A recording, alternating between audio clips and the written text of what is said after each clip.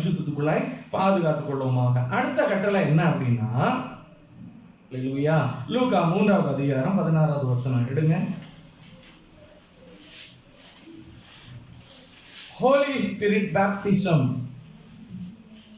இதெல்லாம் ஆண்டவர் கொடுத்த கட்டளை. அல்லேலூயா. இதை பெற்றுக்கொள்ளணும். ஆமென். பெற்றுக்கொள்ளாதவர்கள் பெற்றுக்கொள்றதுக்கு நான் சொல்றேன். அல்லேலூயா. ஆண்டவர் கொடுத்த கட்டளை ஒன்றாகிலும் ஃபாலோ பண்ணாம இருந்தா பிரயோஜனமே இல்லை.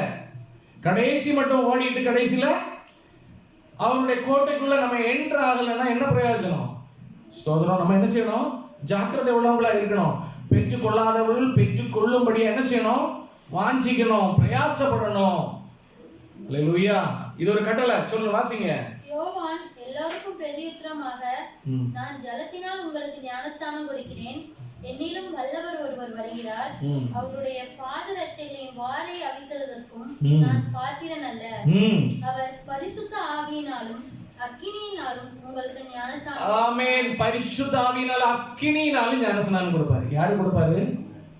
ஆண்டவர். அல்லேலூயா. அப்ப அதை பெற்றுக்கொள்ளணும்னு, அது பெற்றுக்கொள்ளாதவன் கிறிஸ்துவை மரித்தோரிலிருந்து உயிரோடு எழுப்பின தேவனுடைய ஆவியானவர் உங்களில் வாசமாய் இராவிட்டால், நம்மளும் ஆண்டவருடைய வருகையினாலோ இல்ல ஆண்டவர் வருகை தாமதமாக இருந்தால் நம்ம மரித்து போயிட்டோம்னு வச்சுக்கோங்களேன். மரித்து போனதுக்கு அப்புறம் அடக்கப்பட்டு இருக்கிறோம், கல்லறையில் இருக்கிறோம். ஆண்டவர் சொல்றாரு, ஆண்டவர் திடீர்னு நம்ம கல்லறையில் இருக்கிறோம், கொஞ்சம் பேர் வாழ்ந்துட்டு இருக்கிறாங்க. ஆண்டவர் சொல்றாரு, அவர் மேல வரும்போது மரித்தவர்கள் முன்னே எழுந்து, மரித்தவர்கள் என்ன செய்வாங்க? முன்னே எழுந்து தேவனை தரிசிக்க போவாங்க. பின்னும் உயிரோடு இருக்கிற நாமும் அவரோடு கூட, இப்ப மரித்தவன் மரித்து கிடக்கிறான், பிரேதத்தில் அடக்கப்பட்டிருக்கு, அவன் ஆத்மா எங்க இருக்கும்? பரதீசால இருக்கும். அல்லேலூயா. அவன் உருமாறி தேவனை போல, தேவனுடைய சாயல் இழந்து போன மகிமை அடைந்து அவன் மேல எழுப்பணும்னா பரிசுத்த ஆவியானவர் வேணும்.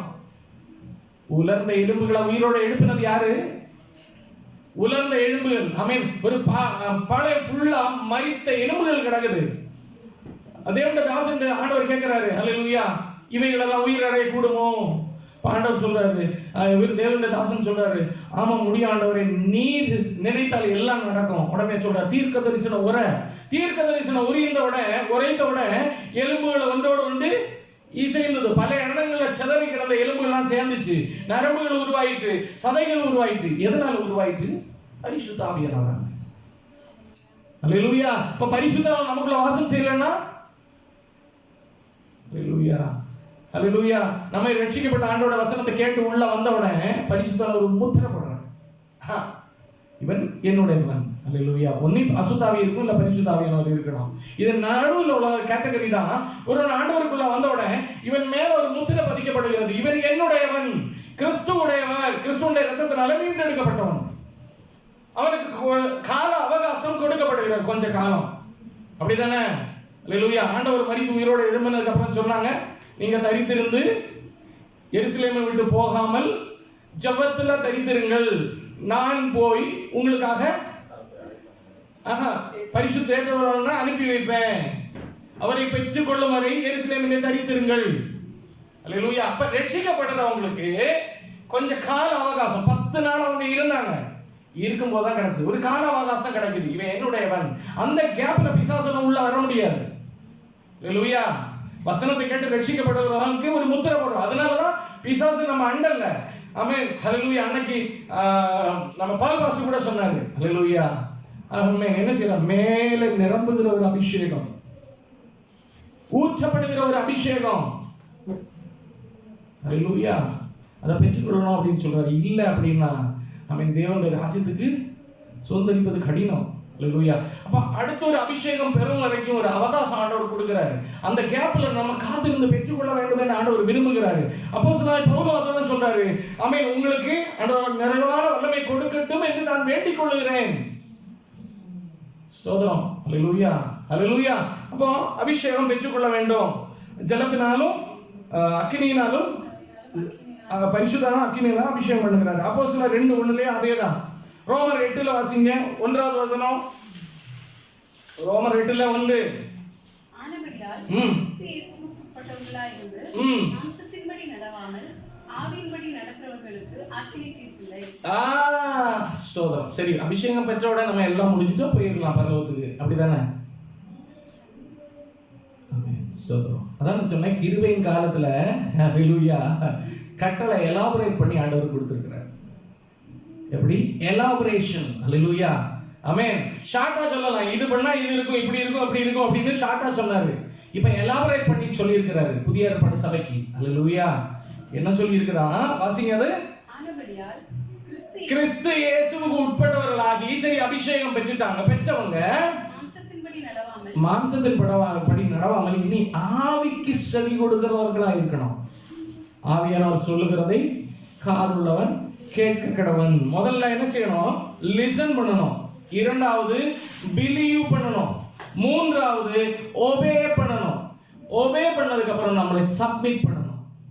ஹல்லேலூயா. ஆவியானவர் விரும்புகிற காரியம் இதுதான். ஆவியானவர் பின்னால இருந்து சொல்லுகிற சத்தம் கேட்கும். அவர் பாட்டு சொல்லிட்டு போயிட்டே இருப்பாரு. லிசன் பண்ணாதவனும் கீழ்ப்படியாதவன் அக்கினி நரகத்துல தள்ளப்படுவான். வேற ஒண்ணும் கிடையாது. ஹல்லேலூயா. அபிஷேகம் பண்ணப்பட்டோம்னா உடனே அதை டேக் இட் ஃபார் கிராண்டட் அப்படின்னு நம்ம சொல்லவே முடியாது. அதனால நம்ம பரலோகத்தின் சாவி நம்ம கையில இருக்கு, திறந்து நம்ம உள்ள போயிடும், அப்படி கிடையாது. அவருக்கு கீழ்ப்படுகிறவங்களா நம்ம இருக்கணும். ஸ்தோத்திரம். ஹல்லேலூயா ஹல்லேலூயா. இனி அதுக்கப்புறம் ஆமென் மாமிசம் சொல்றது அல்ல, பரிசுத்தாவியானவர் சொல்றதை நம்ம கேட்கிறவங்களா அப்படி இருந்தாதான் அக்கினி தீர்ப்பு இல்லை. அக்கினி தீர்ப்புனா என்னது? கண்டம்னேஷன். அப்படின்னா என்னது? கோர்ட்ல வரும் இல்லையா, ரெண்டு பேரும் கேஸ் இது பண்ணுவாங்கன்னு வச்சுக்கோங்களேன். அந்த இடத்துல குற்றவாளிகள் என்று தீர்க்கப்படாது இருக்கும்படி, குற்றவாளின்னு தீர்க்கப்பட மாட்டோம், அவ்வளவுதான். வலது புறத்துல நிறுத்தப்படுவோம், இடது புறத்துல அசுத்தர்களும் ஈர்த்துக்காக இருந்த ஜனங்களை ஆண்டவர் சொல்ல மாட்டாரு. ஹல்லேலூயா. ஆண்டவர் என்ன சொல்வாரு? என்னுடைய ஹல்லேலூயா பிதாவின் ஹல்லேலூயா உருவாக்கப்பட்ட சமாதானத்துக்குள்ள பிரவேசி அப்படின்னு சொல்லுவாரு. உண்மை உள்ள ஊழியக்காரனே. ஹல்லேலூயா. ஆவியின்படி நடந்தால் மட்டுமே ஆக்கினி தீர்ப்பு இல்லை. இல்லைன்னா ஜட்ஜ்மெண்ட் டேல அவன் கண்டம் பண்ணி அவன் அங்க போக வேண்டிய இடத்துல போய் சேர்ந்துடும். ஹல்லேலூயா. அடுத்து இரண்டாவது 5வது வசனம் வாசிங்க. அன்றியும் மாம்சத்தின்படி நடக்கிறவர்கள் மாம்சத்துக்கு உரியவைகளை சிந்திக்கிறாங்க. ஆமா, மாம்சத்துக்குரிய படி நடக்கிறவங்க என்ன செய்றாங்க? உலகத்துக்குரியவைகளை சிந்திக்கிறாங்க. ஆவியின்படி நடக்கிறவர்கள், ஆவி சொல்றதுபடி நடக்கிறவங்க என்ன செய்வாங்க? ஆவிக்குரிய மேலானவைகளை தான் சிந்திக்கிறாங்க. அடுத்து மாம்ச சிந்தை மரணம். மாமிச சிந்தை மரணம். சொல்லிட்டோம்ல, ஆவியானவர் சொல்றதுபடி கீழ்ப்படியாமல் இருந்தா மரணம். ஆவியின் சிந்தையோ ஜீவனும் சமாதானமும். ஆவியானவர் சொல்றதுபடி கேட்டா எஸ்தரை போல தெரிந்து கொள்ளப்படும்.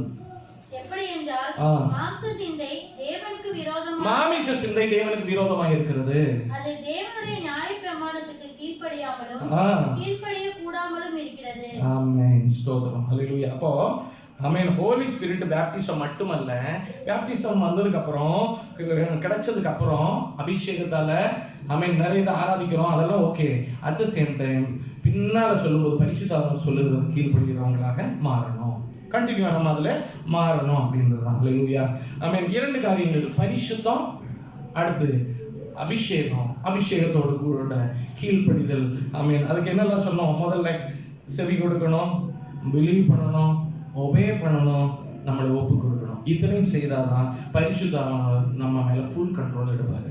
ஃபுல் கண்ட்ரோல் எடுத்தா ஆண்டவர் விரும்புகிற பாத்திரம், ஆண்டவர் விரும்புகிற மனவாட்டி, ஆண்டவர் எதிர்பார்க்கிற பரிசுத்தம், ஆண்டவர் எதிர்பார்க்கிற ஒரு வாழ்க்கை நம்மள காணப்படும் போது ஆண்டவர் சொல்வாரு, எனக்கு பிரியமுள்ளவள், எனக்கு பிரியமுள்ளவன், எனக்கு ஏற்றவன், நான் ரொம்ப நேசிக்கிறவன். ஹல்லேலூயா. ரொம்ப நேசிக்கிறவன் ஆண்டவர் என்ன செய்வார் தெரியுமா? யோவானு எப்பவுமே இங்க சாஞ்சிருப்பான். ஹல்லேலூயா. எப்பவுமே எங்க சாஞ்சிருப்பாரு? இயேசுவிட. ஹல்லேலூயா. ஆமென். மற்றவங்க எல்லாம் இருக்கும்போது என்ன செய்வாங்க தெரியுமா? மற்றவங்க எல்லாரும் ஆண்டவர் ஒரு காரியத்தை சொல்றாருன்னு வச்சுக்கோங்களேன், உடனே என்ன பண்ணுவாங்க தெரியுமா? பாஸ் பண்ணுவாங்க. அதாவது சொல்றாரு, ஆண்டவர் சொல்றாரு, நான் என் மனுஷனால உங்களில் ஒருவனால காட்டி கொடுக்க பட போகிறேன் அப்படின்னு சொல்றாரு. உடனே எல்லாரும் சொல்றாங்க, யாரு யாரு யாருன்னு கேளு அப்படின்னு சொல்லிட்டு யார்கிட்ட சொல்லிட்டு கேட்கறாங்க? யோவான் இடத்துல கேட்கறாங்க. யோவான் இங்க சார்ந்து இருக்கிறாரு. நியூஸ் எல்லாம் யோவான் வந்தாச்சு. அவர் இப்படி இருந்து, ஆண்டவரே ஹல்லேலூயா, யார் ஆண்டவரே அந்த மனிதன் அப்படின்னு சொல்லும் போது, என்னோட கூட தாளத்திலே கை போடுகிறார் அப்படின்னு யாருக்கு சொல்றாரு? பப்ளிக்கா சொல்லல, மார்பிளை சாய்ந்திருக்கிறார். ஹல்லேலூயா. அவருக்கு விரும்புகிற பாத்திரம் யார் இருந்தாலும் இங்கதான் இருப்பாங்க. தோளில் சுமக்கிறவர், தாங்குகிறவராய், அரவணைக்கிறவராய், பாதுகாக்கிறவராய், எந்நேரமும் கூப்பிட்ட உடனே சத்தம் ஹல்லேலூயா சொல்லுவோம். எப்போ பார்த்தாலும் அன்புள்ளவங்க என்ன செய்வாங்க தெரியுமா? மக்களேன்னு கூப்பிட்டா என்ன பண்ணுவாங்க? பிள்ளைகள் என்னமான்னு கேட்பாங்க. ஹல்லேலூயா. அப்பா 2 வாட்டி கூப்பிட்டா தான் கேட்பாங்க. ஹல்லேலூயா ஸ்தோத்திரம். ஹல்லேலூயா. அப்படிதானே? ஹல்லேலூயா. நேசம் மிகுதியினால அவருடைய சித்தத்தை நம்ம அறிய முடியும், அவரோட அன்பை ருசி பார்க்க முடியும், அவரோட நேசம் நம்முடைய வாழ்க்கையில அனுபவிக்க முடியும். ஸ்தோத்திரம். அவர் நம்ம நேசிக்கிறத பார்த்து நம்ம பரிபூர்ணமாய் பூரித்து போகக்கூடிய ஒரு அனுபவம் நமக்கு கிடைக்கும். ஹல்லேலூயா. கண்களை மூடுவோமா? ஸ்தோத்திரம் ஆண்டவரே. நல்ல பிதாவே, நல்லவர்களே, நன்றியப்பா. உடகர தியந்தராதில ஷேக் ஹத்துனாதிகள் கடகர நேதுரியந்தராத ஷேகா. அன்றைய ஆண்டவரே, எங்களோடு நீர் பேசிக் கொண்டிருக்கிறீர் ஆண்டவரே. பரிசுத்தம். ஆமென் ஆண்டவரே. ஸ்தோத்திரம். தேவன் ஆவியானவரோட வழி நடத்துதல நாம கேட்கிறோம் ஆண்டவரே. நன்றியப்பா, உம்மை துதிக்கிறேன் ஆண்டவரே. வசனத்தை எங்களை தாழ்த்துகிறோம் ஆண்டவரே. எங்களுடைய வாழ்க்கை பரிசுத்தமாவதாக, எங்களுடைய கண்கள் பரிசுத்தமாவதாக. ஆமென் ஆண்டவரே. எங்களுடைய செயல்கள் பரிசுத்தமாவதாக, எங்களுடைய சிந்தனைகள் பரிசுத்தமாவதாக, எங்களுடைய நோக்கங்கள் பரிசுத்தமாவதாக. இன்னும் உம்மை போல மாறணும் ஆண்டவரே. எங்களை ஒப்பு கொடுக்கிறோம் ஐயா, எங்களை ஒப்பு கொடுக்கிறோம் ஐயா. இன்னும் உம்மை போல மாறணும் ஆண்டவரே. எங்களை ஒப்பு கொடுக்கிறோம் ஆண்டவரே. ஒப்பு கொடுப்போம் ஆண்டவருடைய சமூகத்தில் ஒப்பு கொடுக்கிறோம் ஐயா. நம் முற்றிலுமா ஒப்பு கொடுக்கிறோம் ஆண்டவரே. ஆண்டவர் என்னெல்லாம் குறைகள் என்னில் காண்கிறீரோ எல்லாவற்றையும் எனக்கு வெளிப்படுத்திக்கிட்டவரே. இன்னும் பரிசுத்தமாவதற்கு எங்களுக்கு உதவி செய்யணும் ஆண்டவரே.